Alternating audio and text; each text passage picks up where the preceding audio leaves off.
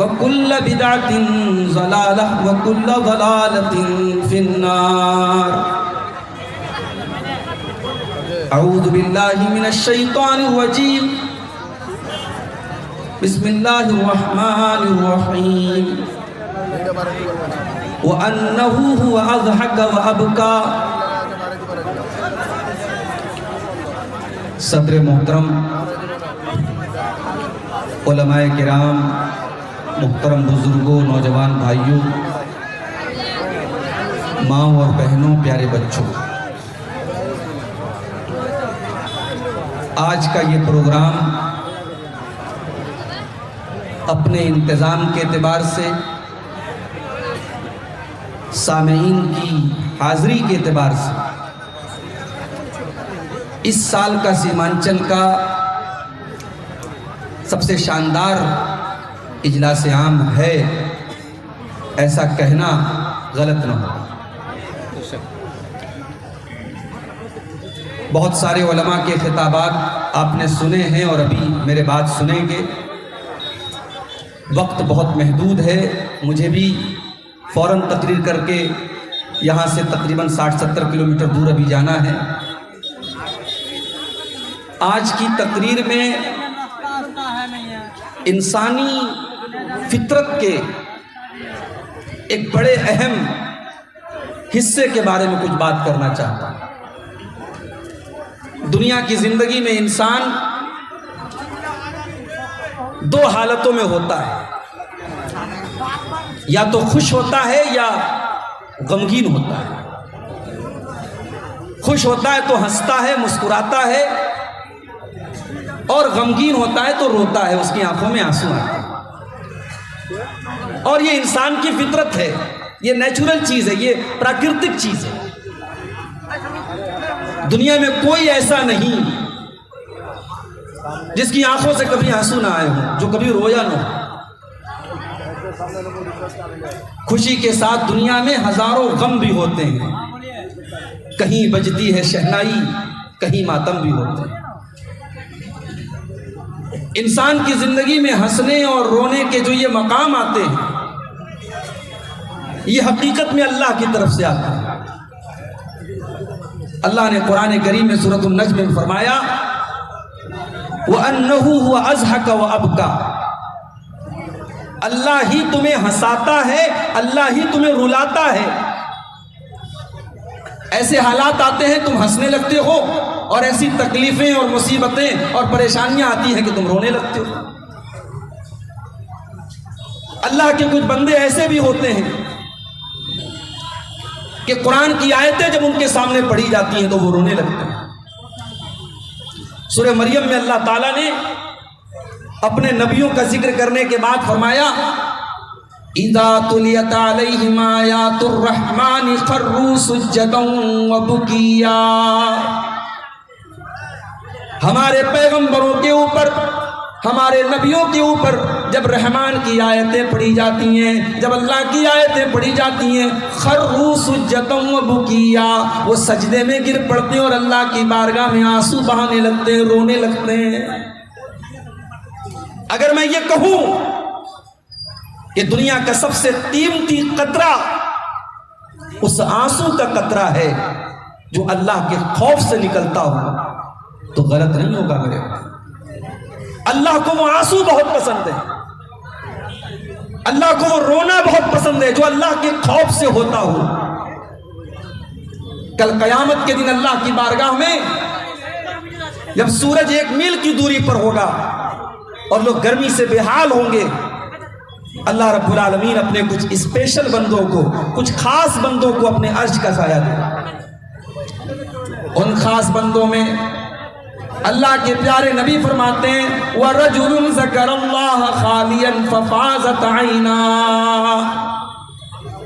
اللہ کے ان خاص بندوں میں جو رحمان کی عرش کا سایہ پائیں گے، وہ انسان بھی ہوگا جو اکیلے میں، جو تنہائی میں، جو پرائیویٹ کمرے میں بیٹھ کر کے اللہ کی بارگاہ میں رونے لگتا ہے، اللہ کے خوف سے رونے لگتا ہے، اس کی آنکھوں سے آنسو بہنے لگتے ہیں۔ میرے بھائیوں، آج ذرا ہم سب اپنے دلوں کا جائزہ لیں۔ آج ہمارے دل کتنے سخت ہو گئے. آج قرآن پڑھا جاتا ہے ہماری آنکھوں سے آنسو نہیں آتے. آج موت کے اوپر تقریریں ہوتی ہیں, جہنم کے اوپر تقریریں ہوتی ہیں, قرآن کی آیتیں پڑھی جاتی ہیں, اللہ کے نبی کی حدیثیں پڑھی جاتی ہیں, ہمارے اوپر کوئی اثر نہیں پڑتا. ایسا کیوں ہے؟ اصل میں آنکھوں کا کنیکشن دل کے ساتھ. جب دل سخت ہوگا تو آنکھوں سے اللہ کے خوف سے آنسو نہیں بہیں گے. اسی لیے اللہ نے بنی اسرائیل کے بارے میں قرآن میں فرمایا ثم قست قلوبكم من بعد ذلك فهي كالحجارة أو أشد قسوة. اے بنی اسرائیل, اللہ کی نافرمانیاں کرنے کی وجہ سے تمہارے دل بڑے کٹھور ہو گئے, تمہارے دل بڑے سخت ہو گئے. فهي كالحجارة أو أشد قسوة, تمہارے دل تو پتھروں سے بھی زیادہ کٹھور ہو گئے, پتھروں سے بھی زیادہ سخت ہو گئے. اللہ کو وہ رونا بہت پسند ہے میرے بھائی, جو اللہ کے خوف سے آنسو نکلتے ہوں. اللہ کے خوف سے انسان روتا, اور جس انسان کی آنکھوں سے یہ آنسو نکلتے ہوں اس انسان کو جہنم کی آگ نہیں چھو سکتی. اللہ کے پیارے نبی فرماتے ہیں عینانی لا تمسہم النار, دو آنکھیں ایسی ہیں جو جہنم کی آگ میں نہیں جائیں گی. عین باتت تحرس فی سبیل اللہ, ایک وہ آنکھ ہے جو اللہ کے راستے میں چوکیداری کرتی ہے, جو پہرے داری کرتی ہے. راتوں میں جب دنیا کے لوگ سوتے رہتے ہیں وہ اللہ کے مجاہد بندے اللہ کی سرحدوں کی حفاظت کرتے ہیں. وعین بکت من خشیت اللہ, اور دوسری وہ آنکھ اس کے اوپر جہنم حرام ہے, جس آنکھ سے اللہ کی خوف سے آنسو نکلتا ہو, جس آنکھ سے اللہ کے ڈر سے آنسو نکلتا ہو. میرے بھائیوں, کیا ہمارے نبی بھی روتے تھے؟ جی ہاں, ہمارے نبی بھی انسان تھے. بلکہ اگر میں یہ کہوں کہ جتنی ٹریجڈی اور جتنے غم اور جتنے صدمے ہمارے نبی اکرم صلی اللہ علیہ وسلم نے اپنی زندگی میں دیکھے ہیں شاید کسی نے دیکھے, اس کے باوجود اللہ نے آپ کا کلیجہ اتنا مضبوط بنایا تھا, آپ دین کا کام کرتے رہے, اللہ کے دین کی دعوت پھیلاتے رہے. آپ کی تین بیٹیاں آپ کی آنکھوں کے سامنے دنیا سے چلی. اللہ نے جتنی اولاد نرینہ دی, جتنے بیٹے دیے, جتنے لڑکے آپ کو پیدا ہوئے, سب آپ کی آنکھوں کے سامنے اللہ کو پیارے ہو گئے. آپ کے دانت توڑے گئے احد کے میدان میں, آپ پر پتھر مارے گئے طائف کے بازار میں, آپ کو اپنے شہر سے نکالا گیا, آپ کو پاگل کہا گیا, آپ کو شاعر کہا گیا, آپ کو جادوگر کہا گیا. آپ کو کون سی ایسی تکلیف ہے جو نہیں دی گئی میرے بھائی؟ نبی کی آنکھوں سے بھی آنسو آئے. اچھا, میرے نبی روتے کیسے تھے؟ میرے نبی کا رونا کیسا تھا؟ ایک صحابی ہیں, ان کا نام ہے عبداللہ بن شخیر رضی اللہ تعالیٰ. وہ ایک مرتبہ آئے تو اللہ کے نبی نماز پڑھ رہے تھے, اور اللہ کے نبی نماز کے دوران رو رہے تھے. اب عبداللہ ابن شخیر کہتے کہ میں نے اپنے نبی کو روتے ہوئے دیکھا. وفی صدرہ عزیز کا عزیز المرجل, میں نے دیکھا جیسے چولہے کے اوپر ہانڈی رکھی ہوئی ہو اور ہانڈی کے اندر سے گوشت کے پکنے کی آواز آتی ہو, دھیرے دھیرے ہانڈی کے اندر کسی چیز کے پکنے کی آواز آتی ہو. اللہ کے پیارے نبی نماز کی حالت میں رو رہے ہیں اور آپ کے سینے سے اس طریقے کی آواز آ رہی ہے. آپ زبان سے تو رونے کا اظہار نہیں فرما رہے ہیں, زبان سے ایسا نہیں لگ رہا ہے کہ آپ رو رہے ہیں, مگر آپ کی آنکھیں بتا رہی ہیں اور آپ کے سینے سے نکلنے والی وہ آواز بتا رہی ہے کہ آپ رو رہے ہیں. یہ اللہ کے نبی کا رونا تھا.